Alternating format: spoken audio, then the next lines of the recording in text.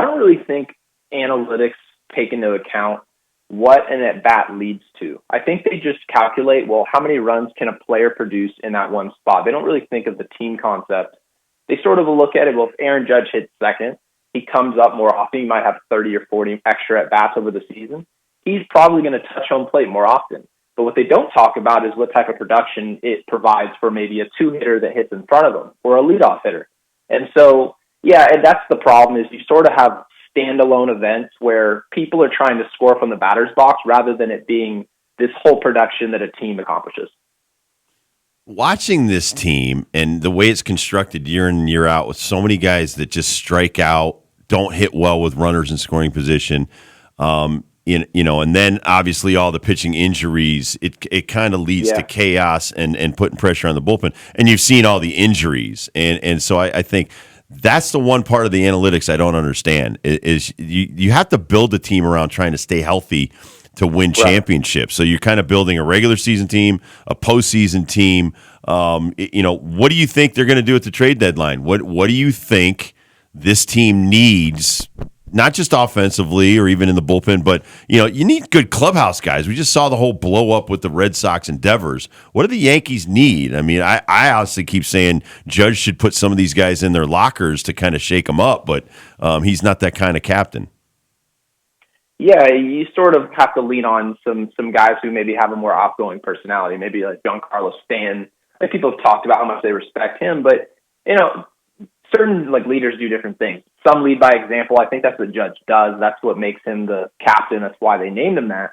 But for me, what do I think they're going to do at the deadline? I mean, I feel like they're going to show up and sort of do what you said. That they're not going to prioritize putting guys out there that maybe can stay healthy. It's more of just by committee, we're all going to go out there, maybe play 120, 125 games, and it almost feels like musical chairs. That's actually been my biggest problem with this Yankees team. I'm not going to overly complain about what Aaron Boone does, but what I will say is that Aaron Boone doesn't manage the game to build up to anything. It's just a standalone event where we're going to essentially, we're going to freak out about what happens down the road, keep everybody healthy, and then it's like no one's built up to actually be out there on the field. I mean, the days of, we understand Cal Ripken Jr. playing all those games in a row, those are over, but at what point can you expect players every day? You come to the yard and you just know who's going to hit where and why they're going to play. So just having so many guys in different roles, I don't think it creates any success. And obviously you see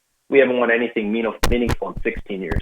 Talking to Gary Sheffield Jr., great follow on social, especially during Yankees games. And then the podcast is great if you're a Yankee lover or a Yankee hater. Yankees Unloaded podcast. How are the Rays doing it? We ask this question every single year. Don't look now, Yankees fans. They're 2 games back in the AL East. How are they doing it this time around?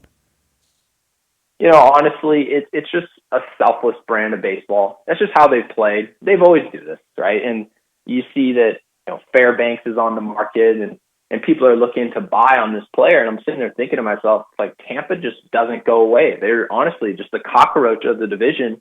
No one ever has any expectations. And you think we'd learn our lesson over the years that maybe we throw some respect their way, but obviously it's easy not to do that, right? They have no home. Obviously the hurricane kind of displaced them out of St. Petersburg. So now they're playing at our place at George Steinbrenner. They're just the ugly kid that nobody wants to look at. But the reality is they're a good baseball club and they deserve a lot of credit. Where should I go with you? Let's start with Anthony Volpe and his 9 errors and his torpedo bat. Did they overrate this guy as a prospect and then be forced to keep him? I feel like the majority of people who hop on the show would be like, no, they didn't overrate him because it's controversial. But I mean, yeah, right. I mean, long story short, yeah, they did. They did overrate him. And what happened was they thought, and he wasn't going to be Derek Jeter. All of us knew that. And no one really thought that. But they were excited about the kid. They thought he would be a future star in the game. And I mean, I guess we've seen crazier things. Maybe he could explode out onto the scene out of nowhere. But Anthony Volpe was sold to us as this blue chip, right? This top prospect that was going to have the power game, the speed, steal 20 or 30 bags. He's got it all, 5-tool player. And then you kind of look at it and say, well, he's got a weaker arm. He makes big errors in key spots in the clutch. Obviously, he hit last October, so it's not all bad. But offensively, he's a career 220 hitter, right? His ops is floating somewhere around 700 league average. He's just a solid player that was sold to be great. And when you make those comparisons between the two, there's a large gap. But then where do you go? I mean, I think you're in too deep. You got to roll. You got to ride it out. And just this lineup is so top heavy with Goldschmidt and Judge, and it feels like where is the production going to come from? But I think you've made your bed with Anthony Volpe, Jazz Chisholm. You're just going to have to live with them in the lineup. Nothing to do because people will complain and say, "Well, the shortstop's got to be better," and they're right. But where you solve that is the past. Right, and you can't fix that now. Francisco Lindor becomes available, you let him go to Queens, right? You look at a guy like Corey Seager, he ends up winning a World Series in Texas. Maybe that was an option, right? And you look at what the Yankees have done, this isn't the only position they've done it, right? They did it with Manny Machado at third base. They did it with Bryce Harper, right? And I was having conversations with his dad during free agency, and he's like, when are the Yankees calling? And I'm sitting there wondering myself, why aren't we looking at this player? But the Yankees sort of make up their minds of who they're going after, who they're not, who they're going to ride with. And Anthony Volpe was one of those players where they said, we're riding with this kid till the wheels fall off. And right now we're in the process, right in the thick of it. Trey Turner was another guy they could have had a shortstop. Oh, and I do dig the kid. Have you ever seen anybody slide into home like that guy? I showed that video to Ben and he couldn't believe it. All right, let's talk. And it's part of like the analytics stuff, right? Is that stuff isn't as attractive anymore. Right, the athletic part of the game, changing the game with speed, running the bases correctly, like all these things. And I understand it, right? Guys are throwing 102. You're trying to maximize your ability to score, and maybe it's easier to score hitting home runs. But guys like Trey Turner are valuable too. As long as they can stay healthy, there's a ton of value there. But the hard part about all this, guys, is that you have to pay so much money on the free agency market to bring these guys in. It's a ton of risk, and I'm aware of that. But at the same time, when you don't take on that risk, you're still in a way taking a risk because that prospect's got to pay off. And that guy that the Yankees put all their eggs in that basket just so happens to be Anthony Volpe, and he's just okay. All right, your closer situation with the Yankees right now. You go out, you trade for Devin Williams. What have you thought of him so far? Well, I mean, when he first showed up on the scene, I just sort of paid attention to what he did in Milwaukee. But there's a big difference between pitching in Milwaukee and pitching in the Bronx. Oh, I mean, heck everybody yeah. understands it. And so when you get there, we're just going to find out what it looks like. And people will say, oh, he can't pitch in New York. You never know till they get there. And next thing you know, he gets there, and he's not the same. That airbender was not bending. And every ball was just on the screws everywhere. And obviously, you're giving up runs, the most important inning of the game. And then Luke Weaver takes over that role. Well, Luke Weaver ends up getting hurt, and Devin Williams is forced back into the job, and he's doing a good job since. So maybe he's released, some pressures come off of him. Who knows? And I know that Aaron Boone came out and said that they're going to be splitting time between Weaver and Williams based on matchup. I'm all for it as long as the production's there. Giancarlo's getting back in the lineup. He's now been steady in the lineup for the last 3 or 4 games against Baltimore, L.A., and then also in Cincinnati last night. He has struck out a bunch of times. What are your expectations of this guy coming back and really throughout the rest of the season? Pretty much what you said. He's going to come back. He's going to be streaky. He's going to strike out a ton, and he's going to get red hot in October. As long as provided you make it to October baseball, which is never a given, as long as you're there, Giancarlo is going to show up. And the one thing that's different about this year, and this is the interesting part about Stan, being the streakiest player alive, he's probably the streakiest baseball player I've seen in 30 years. He'll go out there and hit for 6 weeks and not hit a dang thing. He's just cutting down a tree. Nothing looks close. And then all of a sudden, he'll carry you for a month and a half. And that's the brilliance of Giancarlo. But what's different is that this year's Yankees team actually has some options at DH, actually has some options that are sort of stacked up on top of each other. A player like Ben Ryan, right? He's got nowhere to play.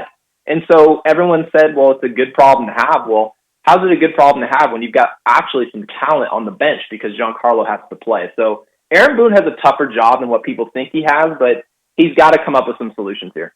I'm a big team win guy, and Fried's got 12 team wins. I think he's 9-2 record wise. But should he start the All-Star game for the American League?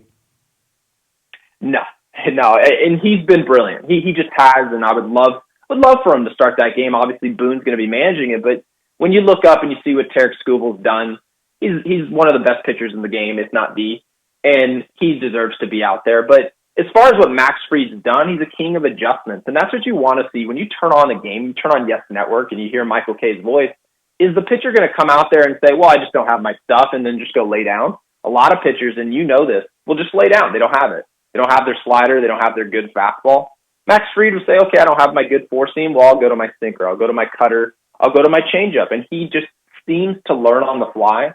Just a very smart kid, and obviously you just hope that this contract ages well because it seems like it's off to a really good start. Judge was a no-brainer. We just did a quick little all-star ballot before the show started today. The AL was tough, man. Like, it was splitting hairs against a bunch of people who are not that great. As far as Yankees go, I did give Goldschmidt a nod on my ballot as a first baseman. Judge was a no-brainer. Obviously, the pitchers are going to take care of themselves, and Max Fried's going to be on that list. But for you, is there anyone else from the New York Yankees that deserves a vote?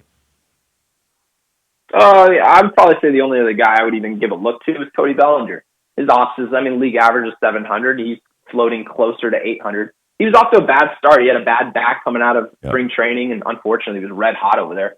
And then he comes out, and he's off to a slow start. He sort of had to catch up with his numbers, and numbers matter when you're trying to get to the All-Star game. It's not just talent. It's not just your fan base. So, yeah, I would honestly tell you, the American League is not that deep. It's just not. And that's what's so difficult about judging these teams is that we can criticize the Yankees all we want, what Boone's doing, maybe who's going to the All-Star game, how top-heavy the roster is. But when you look up and you end up facing Kansas City and Cleveland to go to the World Series last year, it's easy to say the Yankees don't have to be that great to go where they need to go. Gary, always a pleasure to talk to you, my man. Great stuff as always. Still, we love just watching your stuff on social media during the games. Yep. That's my favorite thing about you. You're awesome. Thank you, man. I forget anyone's even seeing that. I need to be careful. No. Keep living that way. No, you're saying what we all want to say. You just actually put it out there. Yeah, well, I appreciate it. I appreciate it, guys. Anytime, and I have to be careful with the sponsors these days. There you go. Exactly. Remember that. Yeah, Thank you, Gary. Dibble. Thank you, sir. Thank you. All right, take care. Gary Sheffield Jr., everybody. Yankees Unloaded Podcast. Download it today and check it out on YouTube as well. It's fantastic. His partner is great as well. All right, we'll take a quick break. We'll come back to First Dibs question of the day. A little more